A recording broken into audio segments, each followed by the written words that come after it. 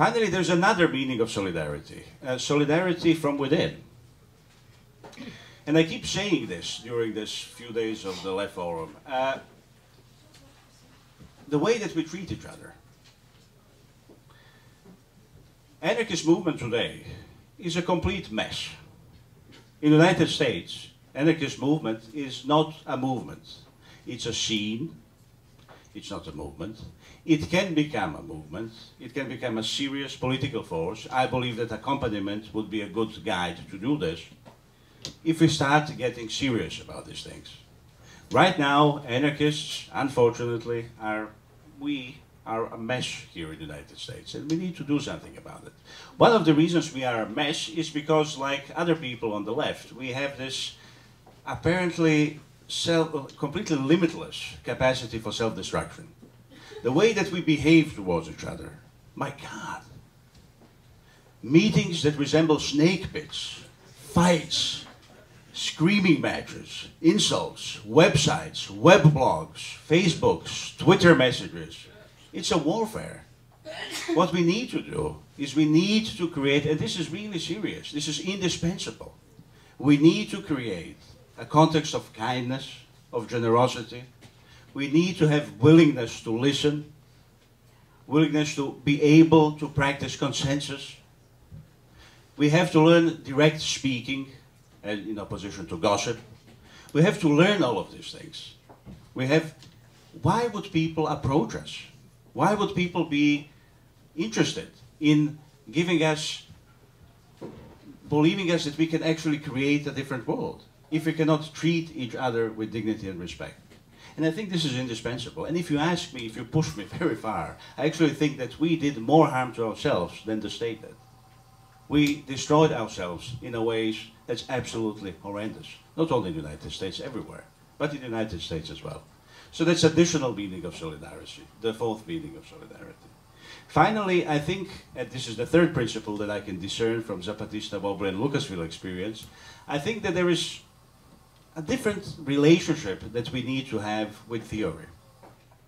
Namely, again, most of the theory that exists right now is extremely incomprehensible. It's almost useless. If you think about books like, well, many different books, the first thing that I would like to ask a person who wrote that book is what kind of practical effect that book can have on changing the world. Or maybe is this book, the practical effect of this book, the fact that it gives you the ability to continue being a professor at the university. And if you really look hard and read through these books, I mean, it's pretty horrible, it's pretty horrendous. We need a different body of theory. And again, we need to be serious. We need strategy, we need program. And when I say strategy and program, I don't mean this in a boring, bureaucratic sense. I mean that program should be probably made out of an unfolding discussions. We can meet, I mean there are so many things that we can do. We can have strategic meetings. We can meet periodically to assemble our different experiences. And this is where program or strategy can come out of. Program, I mean there's so many beautiful propositional ideas out there. We need a propositional dialogue of different propositional positive ideas. And we need to decide how we're going to move from here to somewhere else. It's not an easy thing to do, but I think we have to do it. If you read The Nation, there is a really good actually forum called Reimagining Socialism. It's full of nonsensical articles, as you can imagine. It's full of Marxist-Leninist nonsense. It's full of, unfortunately, some anarchist nonsense as well.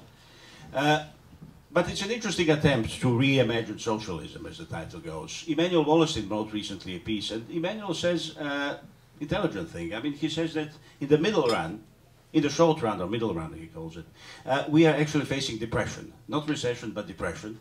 And these 2 years are going to be pretty catastrophic. Many people are going to stay without jobs, without homes, and so on and so forth. We need to devise, to find out a meaningful way of relating to these people. Otherwise, we're going to be completely irrelevant. Secondly, he said there is something that's called I think he uses the term long run or middle run. He believes that capitalism is in the process, as a historical system, the process of disintegration. These are the final days of capitalism. And that we need to experiment as much as we can, that we need to create a theory that's going to be clarifying, to promote sober optimism, and so on and so forth. He also says something else. He says that in the short run, here in the United States, we need to rely on President Obama, who is the centrist left. And we need, just like in Brazil, just what Lula is doing in Brazil, he's comparing Lula and Obama, which I think is a mistake, but nevertheless. He's saying that MST, Movimento Sem Terra in Brazil, is constantly pushing Lula to the left, which is true. And we need to do the same thing with Obama. Now, there is an elephant here. A huge problem. And Emmanuel, who is a superbly intelligent man, sociologist, is somehow not able to see this. We don't have anything comparable to MST in the United States. We don't have a movement in the United States. We barely have a left. And I am coming from the left forum, as most of you are coming from the left forum, I think. It's a torturous experience. It really is. Really is. I mean, there are many good panels. I'm sure that I've been to at least 2 good panels. But if you go to the plenary, opening plenary, you will hear a sociologist from Berkeley saying that we need an activist government. That the real problem in the United States is that people remember the people remember the Wobblies, that people remember Haymarket anarchists, and that people are somehow against the state, which is a problem. So, this being a problem, what we need to do is we need to construct an activist government. I said this before, I mean, for me this is like pacifist cancer. What does activist government mean? What is an activist state? Well, what a vicious concept, not to mention a stupid concept. But this comes from a woman who is actually speaking on the opening plenary. Then comes somebody else from another distinguished sociologist who says that we have global social democracy, which is GSD, short. Then we have progressive perspective, which is PP for short. And how are we going to move from GSD to PP is by creating a political party. We kind of try to do that. Electoral political party is something that we try to do too many times. I think it's, and I was kidding today on one of the panels, I mean, on the Bank of England, somebody wrote, "Enough with this sort of thing." And there's a graffiti below saying, "Careful now." This is a famous British understated humor. We need to say the same thing. We need to say, really, enough with this sort of thing. Without "careful now." Enough with this sort of thing. We have to look back at the movements like the Wobblies. We have to look back at the movements like the Zapatistas, the accompaniment of the Zapatistas, the direct action, the inspirational strength, the culture of solidarity, the amazing culture of solidarity that Poples created and left for us. We need to remember that. We need to recreate these movements. We need to create a mass movement, not created by Stanley Aronovich, not created by people from the left forum, nice people. Again, this is not against them. Not created by whoever the most fashionable academic intellectual is, but actually created by people through the engagement of us, meaning people who call themselves anarchists, or leftists, libertarian leftists, and the people who actually are doing the struggle right now.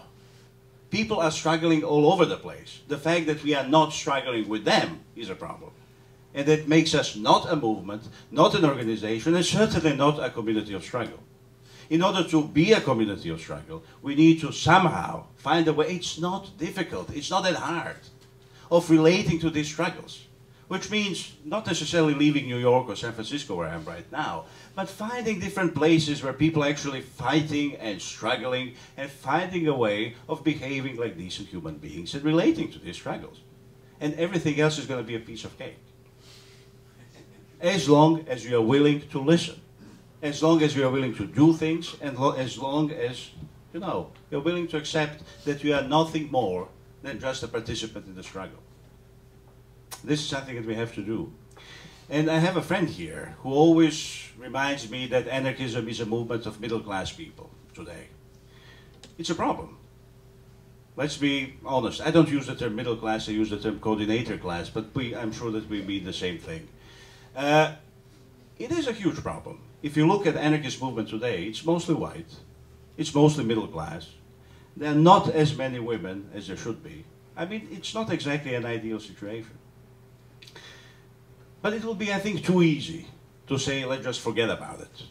I think that people who are now anarchists, people who are, you know, engaged in millions of different things, actually do have, or could have, a useful role to play.